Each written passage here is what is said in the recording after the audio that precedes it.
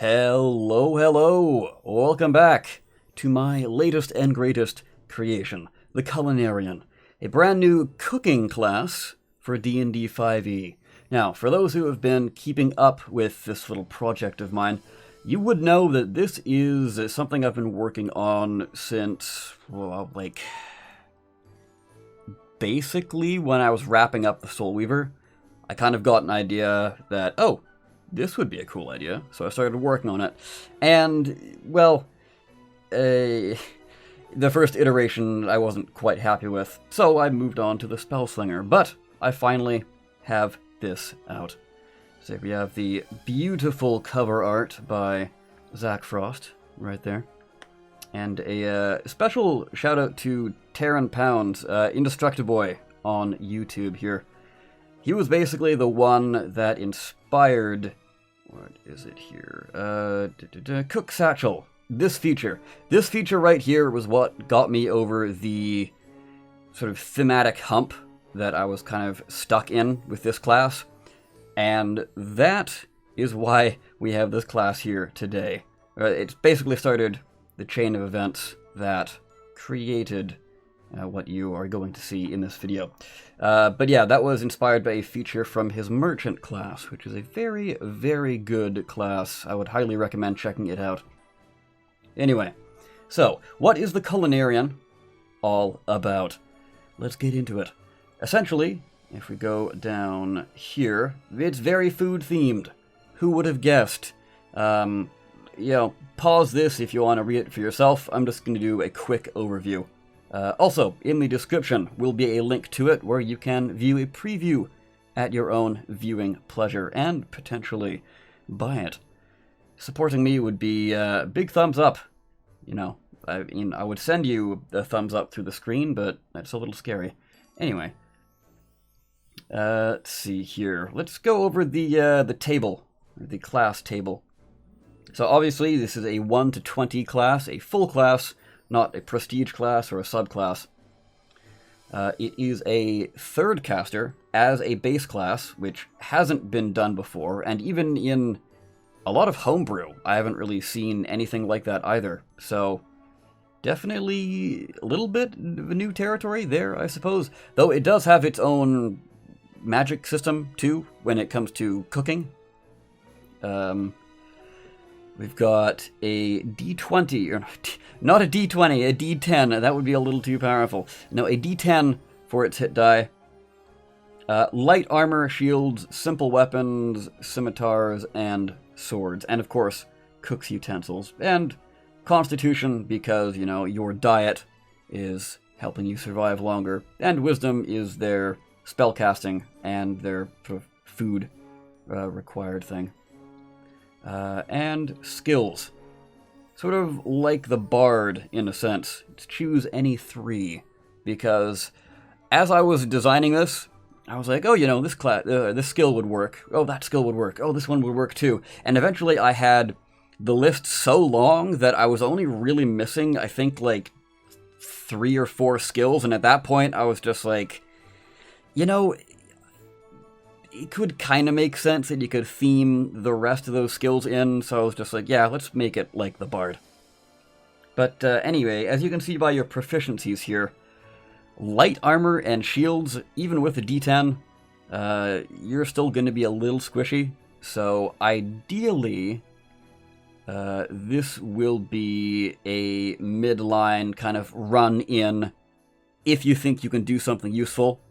If not, stick to the midline and use your spellcasting and weaponized ingredients, which is basically a way to debuff enemies. But we'll get into that in a little bit.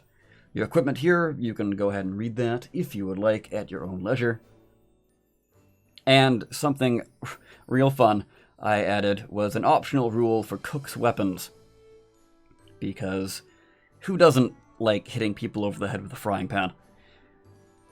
But yeah, here, Cook Satchel, we arrive back at you once more.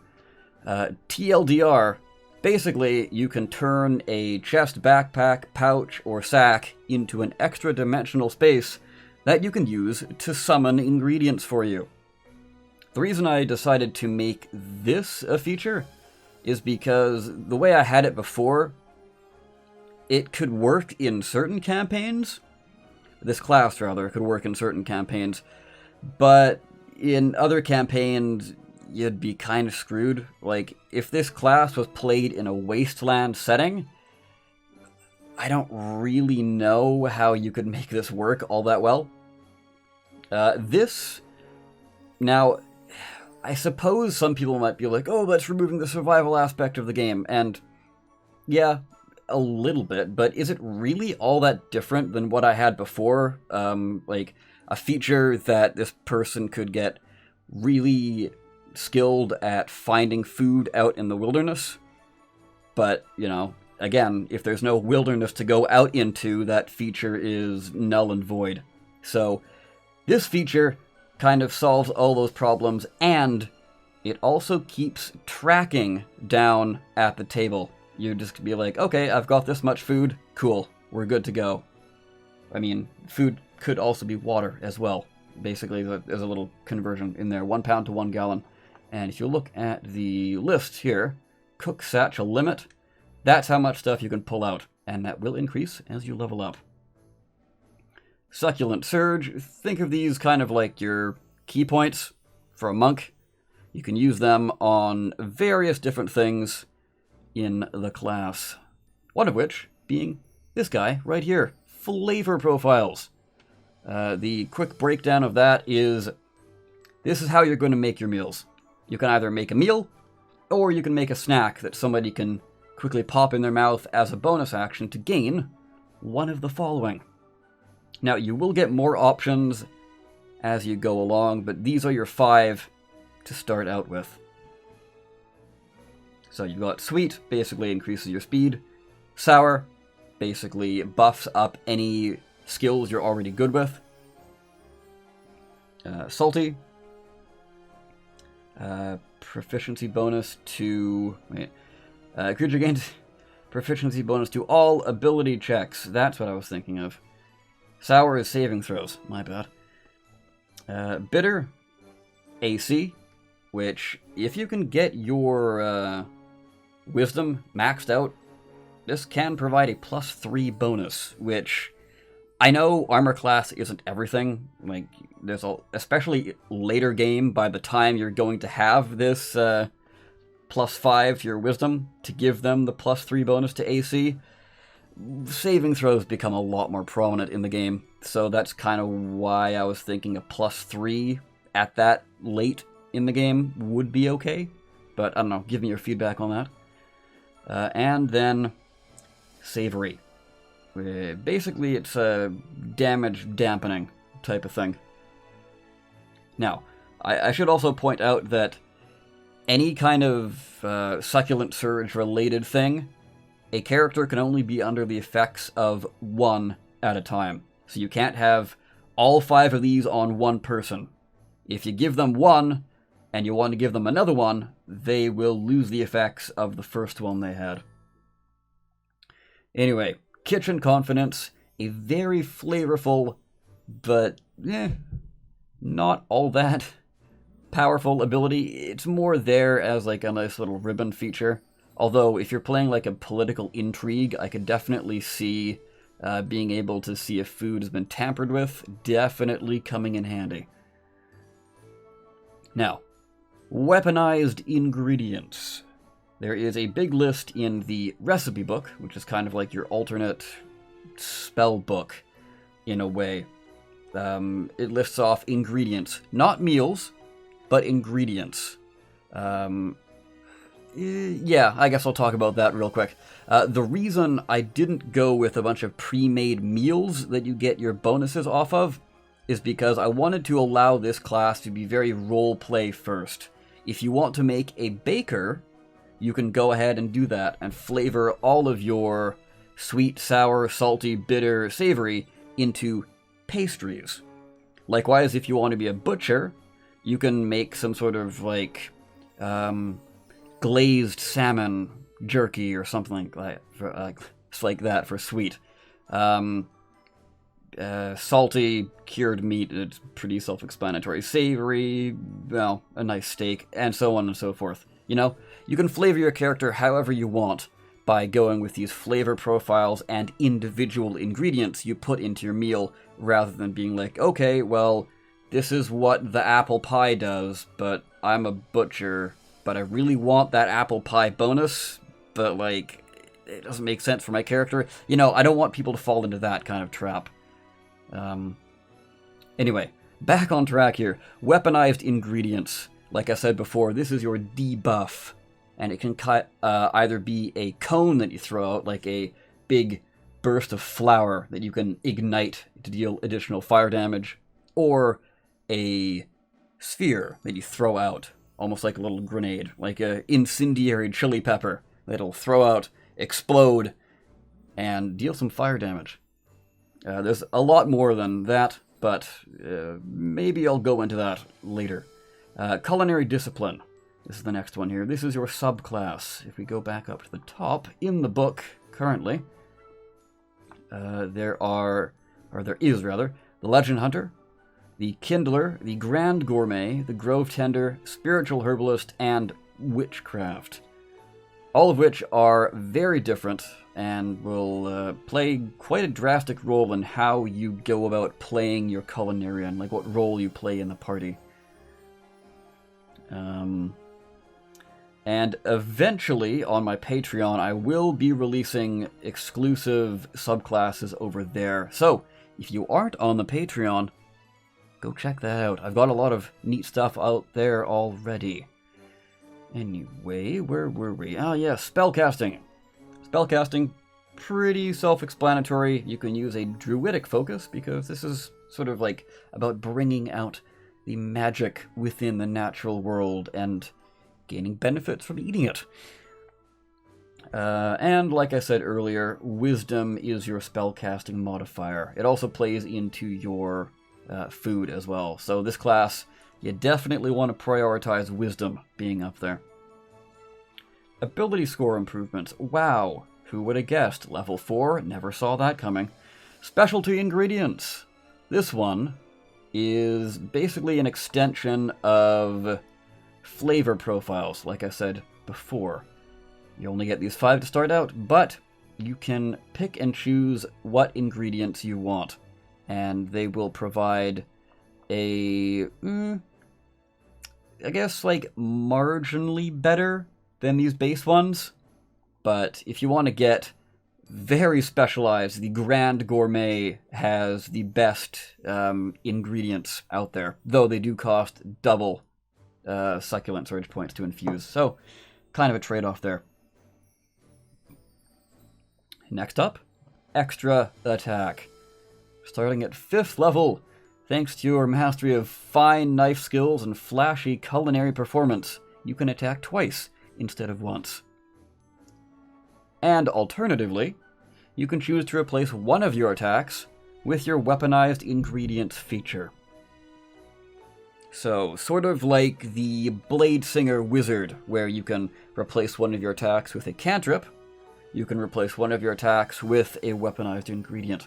Though, of course, it's still going to use a Succulent Surge point as before. Just gives you more options in combat there. Now, the Succulent Improvement. This one is, I could see at first glance people being like, whoa, whoa, whoa, hold on a second. 10 minutes to 8 hours? So, and then 24. Wait, are they just under the effects forever? No.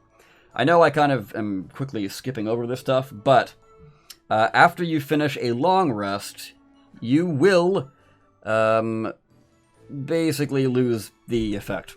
So, say for example you pop a snack in your mouth just before you're about to take a long rest, you've got a little bit of combat left, and then you go take a long rest in an hour, you don't have 7 hours left of this snack. As soon as you take your long rest, it's over.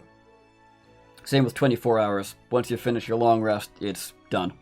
So, that's basically there mainly as flavor, I suppose. Like, or if you want to carry on into the night and risk exhaustion kind of thing, you could still benefit from that. But mainly, level 7 is where you're getting the big juiciness out of this ability. The rest, for your weaponized ingredients, the AoE will increase in size. Past that, that's about it. Weaponized ingredients will get a little stronger later on. Now, Master Chef. This one is... I know people have issues with flat rolls, but I feel that a flat roll for cook's utensils isn't that powerful. Like a flat roll for persuasion, that's powerful. But for cook's utensils, I mean, what you're really gonna do with that? Like, cook a meal really well? Yeah, cool. But that's kind of what you expect out of the class to begin with, so I kind of felt it was necessary to put it in there. And past that, it also lets you reroll any ones you deal on damage. Well, with a melee weapon. Think about knife skills, tenderizing meats, prodding things, etc., etc. That's where that comes from. So, around this time here, 9th level, the class is starting to become a little bit more combat-oriented. Or at least there's a bit of a stretch here where it can hold its own in combat a little bit more. Although I suppose extra attack kind of did that too. Anyway, fast food. This one, I gotta be honest, I mainly put this here for the joke, but it is still pretty useful of an ability. So, once per long or short rest, you can use a bonus action for your weaponized ingredients. This means that you can use a bonus action and then use your action to make an attack and make another attack. Or, the very powerful way of using this is bonus action, weaponized ingredient, make an attack, and then use your alternative form of extra attack to make another weaponized ingredient attack. That could be quite devastating if you're facing a large horde of enemies. They're all debuffed, and your friends can just go in and bully them. Very nice. Anyway, Food Force. Level 11. You now add your Wisdom modifier to any damage you deal with your weaponized ingredients feature. So, that little stretch there, 9, 10, 11, definitely buffing up the damage of this class. Although still primarily it's support. Though that kind of depends on what subclass you do. Some of them specialize more in combat, but we'll get into that actually pretty soon. Delicious Aroma, pretty simple. When you're making a meal, anybody that heals using a hit die adds double your Wisdom modifier as a nice little bonus. So getting up to 10 extra hit points during a short rest, that sounds pretty solid. Chef's Repose. This is an ability that you would probably see on most capstones. But I made this the 14th level because, let's be honest, this is a very boring capstone. Cornucopia is not a boring capstone, but I'm getting ahead of myself. Signature ingredient. Sort of similar to, well, a very similar wizard feature. You now have a signature ingredient that you can infuse into a meal once per long rest for free. So with this Chef's Repose and signature ingredient, effectively your... where is it here? Back up at the top. Effectively, your Succulent Surge points could be viewed at going up to 12, I guess? And last but not least, Cornucopia. This was based off of the Barbarian. I really like the Barbarian's capstone, but I didn't want to just copy and paste the Barbarian's capstone. So I took the Constitution bonus out of it. I took the Constitution bonus from the Barbarian, and instead of its strength also going up, I added this other little thing here, which I believe is incredibly flavorful for a very flavorful class. Like, you've got so many options with your specialty ingredients and your flavor profiles, I really felt like it was a good idea to work that in some way. And this lets you be under the effects of one forever. Very nice. Perfect for a capstone. Now, I'm going to round out the video with the Legend Hunter. If you want to know the rest of the subclasses, well, you're going to have to go ahead and support me by buying the book. Link in the description. Again, I mean, hopefully I've convinced you. Hopefully you've enjoyed what you've seen here. Also, the reason I'm going up to this one, because this is where the preview ends. So, you know, keep it consistent, I suppose. Legend Hunter. Legend Hunters never settle for the mundane. They will travel the world, tracking, trapping, and searching for rare creatures to turn into fantastical delicacies. Their knowledge of creatures can grant them powerful boons.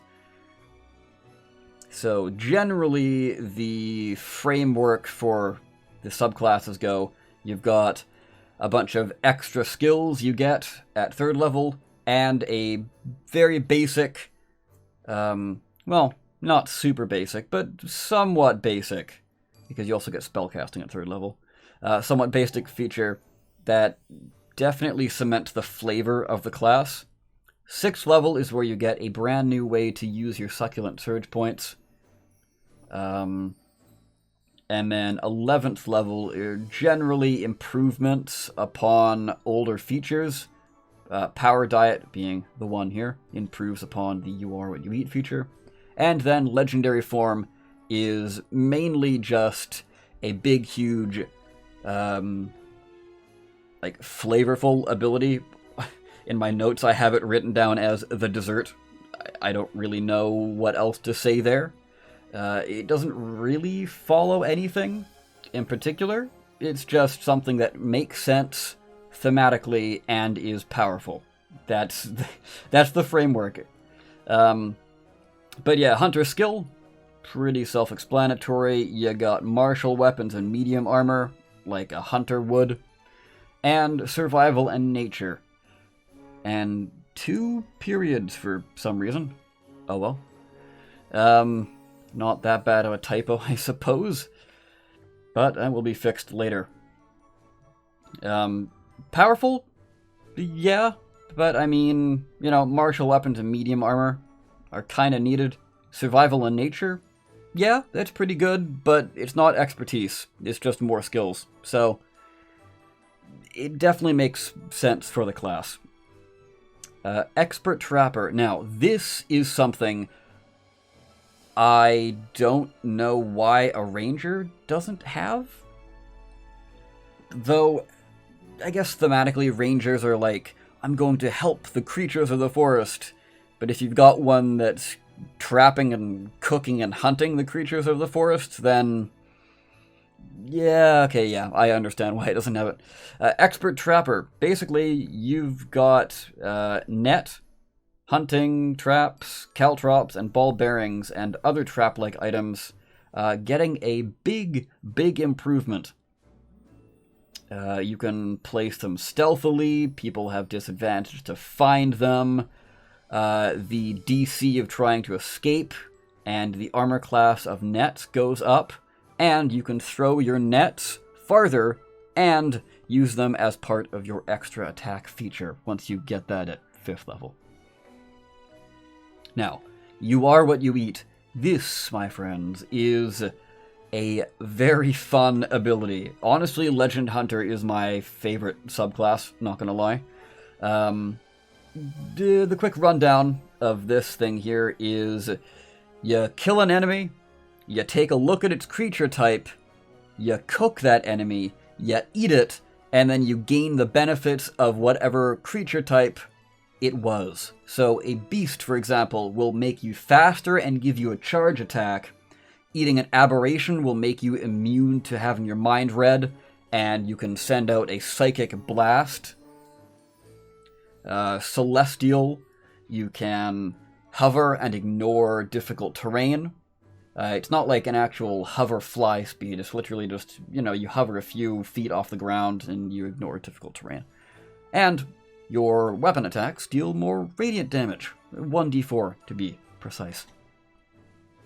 And so on, and so on. With the exception of humanoid, undead, and construct. Humanoid because cannibalism, no thank you.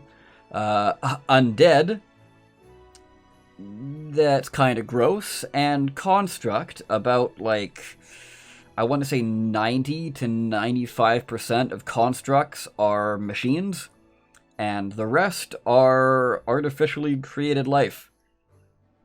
Which probably wouldn't be that tasty anyway, so I felt it, fine to leave those 3 out. Power diet. This one is a nice little bonus to You Are What You Eat. Basically, you can gain some temporary hit points whenever you eat a creature using You Are What You Eat. Hunter's Knowledge.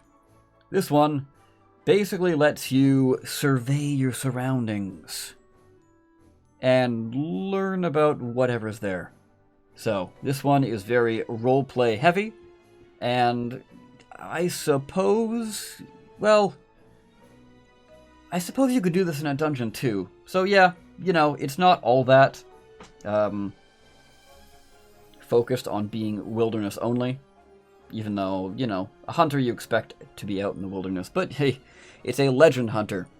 You're not going to find legendary hunters out in the forest all the time. You're going to have to go into monster dens. So that does make sense.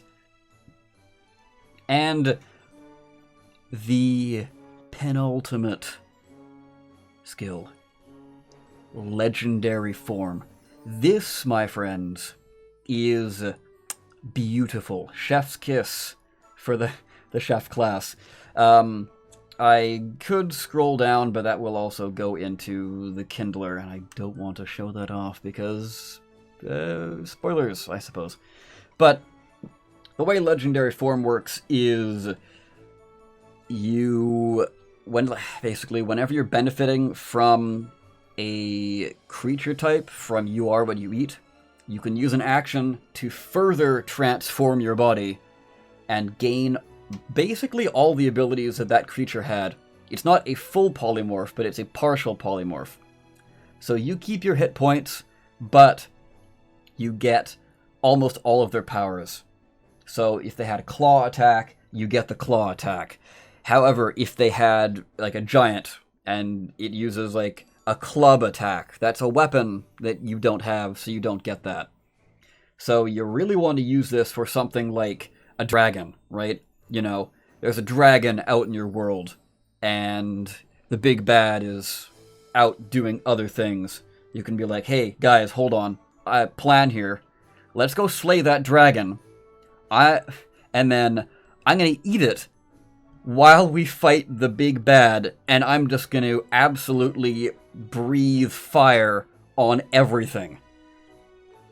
That sounds absolutely amazing.